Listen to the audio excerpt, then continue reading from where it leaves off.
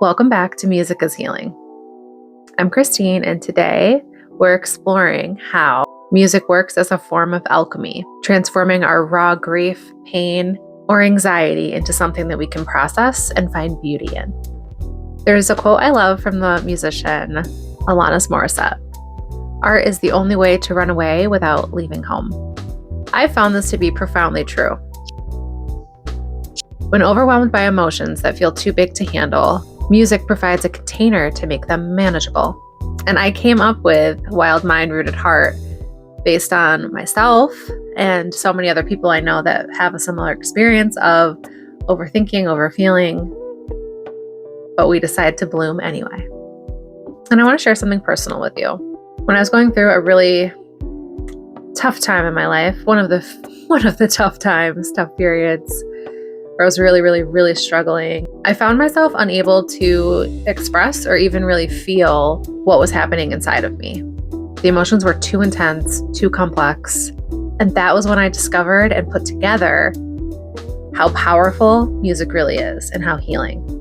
What I was experiencing has a scientific backing. Research shows that music can help regulate our nervous systems, shifting us from a state of fight or flight into rest and recovery. Different tempos and genres affect us in specific ways. Slower music with about 60 to 80 beats per minute can synchronize with our heartbeat, causing a calming effect. Upbeat music around 120 beats per minute can energize us and lift depression. Complex classical pieces engage our intellect, giving overwhelmed emotions a place to settle. Over time, I've learned to be intentional, using music as an emotional processing tool. When I'm feeling anxious, I'll generally put on either something that's going to help make me slow down. So a lot of times it'll be something like Fleetwood Mac. I'll do Chris Stapleton. Those are some good examples for initial or anything I can sing along to that is slower. When I need to release anger or frustration, Eminem was a go-to for a long time.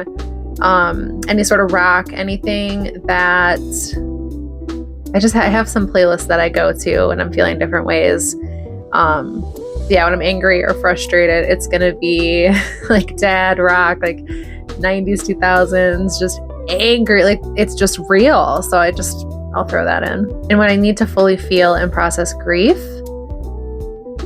I will also put on Chris Stapleton, or I'll do Reba McEntire, maybe some early Faith Hill, Fleetwood Mac. I will put on really anything, Adele, anything that I know for me helps me feel and process those emotions in a safe way. That's what music does. It helps you process in a way that feels safe and not threatening. And one particular powerful technique that I have found is called emotional surfing with music. And here's how it works. 1, identify what you're feeling. Choose music that matches that exact emotion. Allow yourself to fully feel that emotion as you listen. Gradually transition to music that represents where you want to go emotionally. And 5, notice how your mind and body shift in response. I remember one day, actually pretty recently, I was feeling pretty hopeless, lost, confused, questioning if what I'm, feeling called to do is actually right. And I was just feeling a lot of different, almost conflicting things, but it was pretty much, I was just feeling uneasy. So I started listening to One Way Ticket by Leanne Rimes. That's actually another go-to that I will listen to when I'm like, I need to feel free and remember that I have the power to change my life and not stay in the same situation that I'm in and whatever it is that's frustrating or feeling like I feel powerless. So I started by listening to it. I was really listening to it. I'm like really allowing myself to feel everything, feel what it would be like to go and get that one-way ticket and get the heck out of here like I've been dreaming of for so long. And it'll happen. Everything's in due time. But by the end of my session of listening to these things intentionally, I had transitioned, even within myself, to a different space and was listening to The Secret of Life. So I just started, evolving, and adding on to the feeling, but in a more hopeful way. And I could physically feel the change in my body. My shoulders relaxed, my breathing deepened, and I had felt a sense of release that I hadn't been able to access before. I invite you to try creating what I call emotional journey playlists, curated sets of songs that take you from one emotional state to another. Start with songs that validate where you are, then gradually shift to where you want to be. The journey between these states is where the healing happens.